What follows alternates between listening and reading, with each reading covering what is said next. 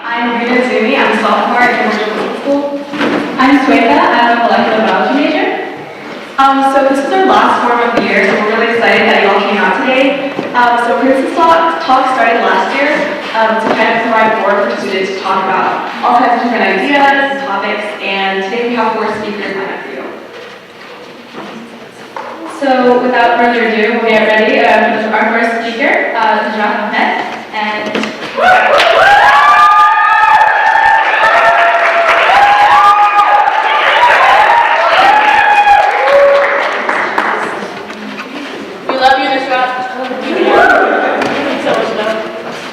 Hi guys, my name is Nusrat Ahmed. I'm a freshman here and I'm from the Bronx, New York. Well, today I wanted to talk about something that's been very extremely important part of my life, the hijab, and especially kind of dispel the misconceptions and kind of raise conversation and open dialogue with it, and to create like a safe space, because I know a lot of people have questions regarding it. But I wanted to first tell you my story, and it's really difficult encompassing 18 years of your life in 10 minutes, but I'm going to try to pick out the most, noteworthy moments. Well, I started wearing hijab in 6th grade, and it was after I went to the Muslim pilgrimage, and I hadn't gone through puberty yet. So the hijab had kind of hypersexualized my body. My mom would constantly tell me, cover your arms, cover your legs, cover your butt, cover your chest, cover your hair, and I didn't understand why, because I didn't understand the significance of the hijab itself. So I went through kind of like an identity crisis, so I grew up in the Bronx, a very low-income area, and there was a lot of cultural acceptance in it. A lot of women wore salwar kameezes, African women wore dashikis, do-rags, hijabs. It was just very common. It was a very common thing to wear. But because I was going through some like identity crisis, I had a picture of how I used to look. I traded my hijab for a do-rag. And I had Nikes to match every single one of my outfits. I had a do-rag to match every single one of my outfits. And I substituted my hijab for the do-rag because I was trying to fit in. So again, I didn't know the significance of what the hijab was. I wasn't exposed to, I guess, the stigma behind it yet. It wasn't until I actually left the mold, where I grew up, and I went to high school, that I realized that people have very different reactions to the hijab. And going to like the subway, going to upscale neighborhood stores in Manhattan, everyone would stare at me. And after some more research, I realized that the hijab was like laced with terrorism, and terrorism is laced with Islam. So I was like an ambassador for Islam. So every single time I walked out of my room, I was representing the second largest religion in the world. I was representing what the media was showing on TV shows and on computers and the internet. Everything that you guys would see on the internet, I was walking with. So I had the burden of what a guy with my last name did in another country. It was like after post 9/11, I had gone from invisible to like walking around with a red light. So I made noise with every single turn I made, and it was hard to do things and not be known. So everything I said would be laced back to my roots and my people. So I went into high school with this confusion, and again, I still didn't know the significance of the hijab was until I went to the Muslim pilgrimage again. And that was when my mother really showed me what the significance of it was, and I'll talk about it a little bit later. But I went into high school with a kind of pride in wearing it because my mother had kind of instilled in me what the meaning of it was. But in high school, again, I got thrown into reality. And there was one instance where after Osama bin Laden had been killed, I was in the hallway going to one of my classes, and this stranger had tapped me on the shoulder and said, "I'm sorry for your loss." And I realized that he had singled me out because I was wearing a hijab. Even though I was walking around with a bunch of Muslim girls, because I was wearing a hijab, because I had this religious marker, this visual religious marker on me, he had singled me out. So I didn't know what to do with it, right? So I was not in the movies where you have the main character standing still and everyone's like rushing behind it. That's how I felt. And afterwards, I kind of had to let it go. I didn't know what to do about it. It wasn't until again when it was sophomore year, it was on September 11, my social science teacher had given out a handout about why a lot of Muslims become engineers. It was because to make, it was kind of insinuating that Muslims become do engineering because they make bombs. And like imagine this little brown hijabi girl in the back, he had singled me out and asked me to pass out the handouts.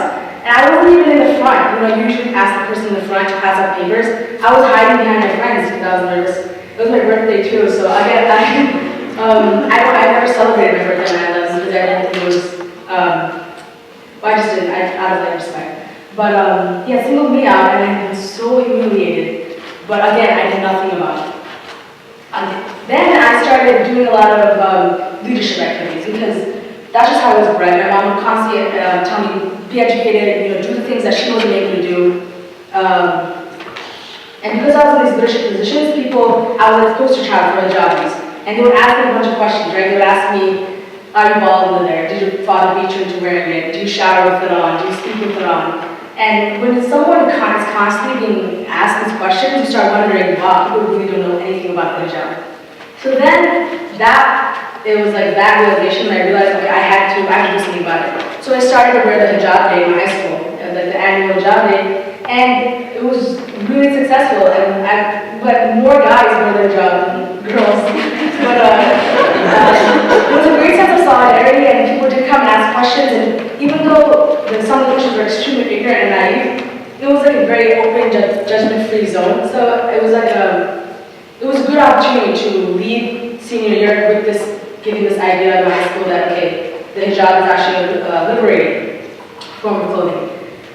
Then, fast forward to college, and I came to college thinking that, okay, Princeton kids are very educated, you know, they would know what the hijab is, until one of my friends called it a punjab, and then another one, some guy was like, why do you have your smile with that cloth?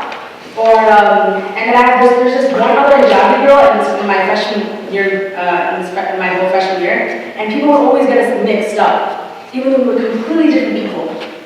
And my favorite one was, can I touch it? As if, or they were like, squeeze my bun. Right? As if like, I was like a Hensu, and I couldn't understand why in such an institution like this that was happening. So I knew I had to do something about it, which is why I'm here. And I wanted to dispel some of the misconceptions. So misconception number one, I'm not going to tell you guys yet, but I wanted to do like an interactive kind of thing. So I wanted to show pictures of various women, and I wanted you guys to tell me what religion you think that these women are. You can just shout it out. It doesn't matter if it's Christian. Yes, Coptic Christians. You're going to Ethiopia. How about this? Jewish. Wait, you guys can't answer me.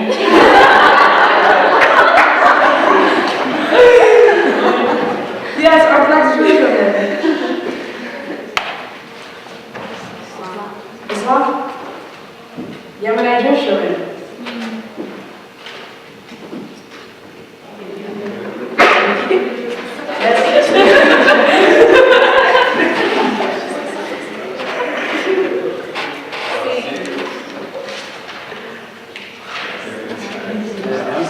And my favorite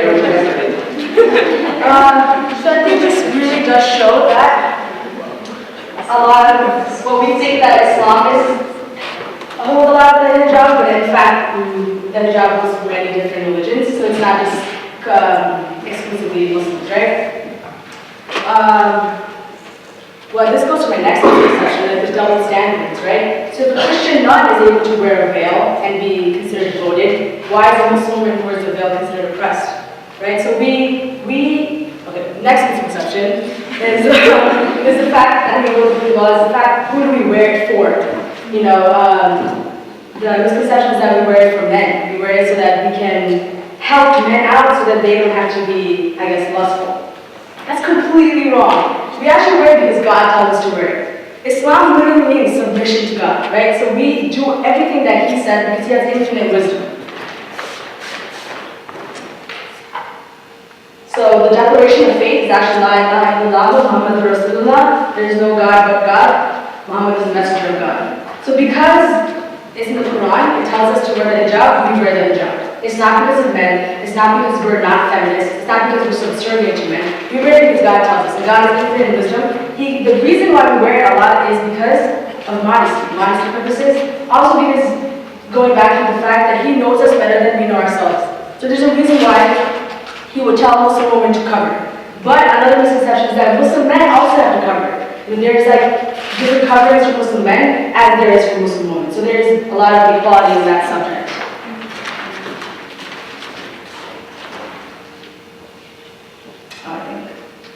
So in the Quran, chapter 24, it's I'm Nur the light. There's different verses where it says to veil yourselves.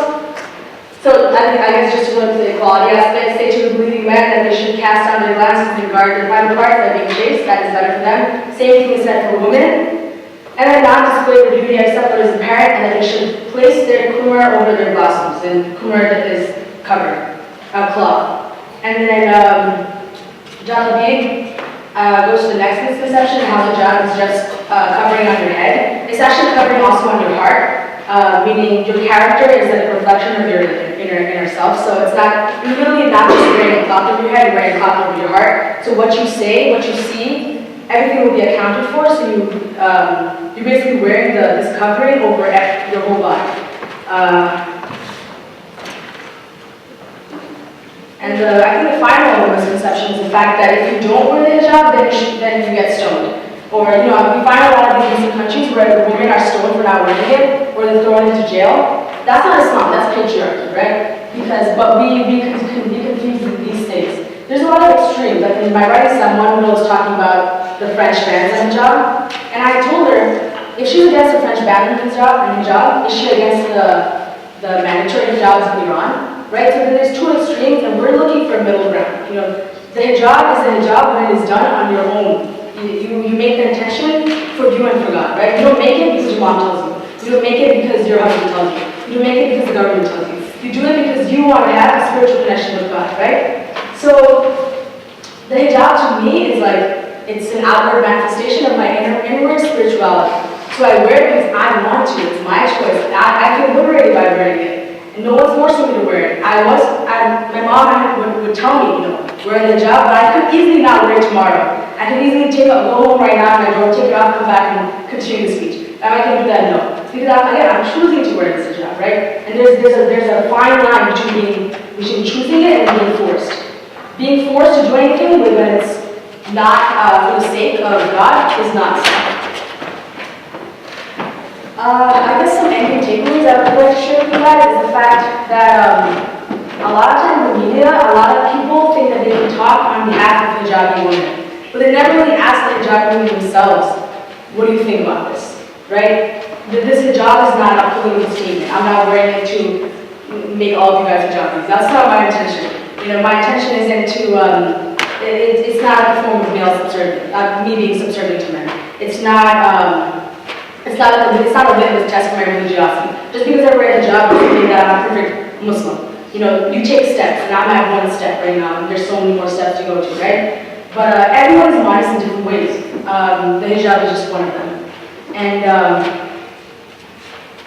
I think the fact that I choose to wear the hijab is the most liberating aspect, in that I'm in control of what I show to people. And then when there's this really nice quote where it's like, don't judge me for what's on my head or what's in my head. So when you look at me, you won't see like the physicalities of myself, but you're actually listening to me. And that's one thing that I really like you guys to know. One thing that I'm hoping to do in this school is to create the hijabi monologues. I know there's the vagina monologues, but there's a lot of hijabis in our school, and I think that they have a lot of different experiences, some worse than others. And it's really interesting to hear from different people about how the hijab has affected your upbringing, how people look at you, because a lot of times I feel like no one would approach me because I wear the hijab. Or they'd be like, should I shake your hand? Or I feel like you kind of have this automatic disadvantage, and you have to bring yourself to people and tell them, how many people should I with friends? I want to be friends with you guys, but that's, I think that's one thing, like, when you have a hijab, people almost feel like you're like an outcast, like you're alone, like you don't want to get involved in that. But in actuality, we're just humans, we're just like you. We just have this extra cloth that separates me and you. And the fact is that the cloth is not just these fragments stitched together of cotton and polyester. There's meaning behind each stitch. There's struggle, there's history. Every single time I wear the hijab, it's not just a cloth. I'm not just wrapping it around my head. It's not a cloth but a concept, right? I'm trying to dispel these misconceptions by going to this position so you can see that, okay, this hijabi woman is I'm a class counselor. One of the main things I love in class counsel is that people would see a hijabi woman in class counsel and say, look, she's also strong. She's also able to lead us. And I would like to leave off this picture.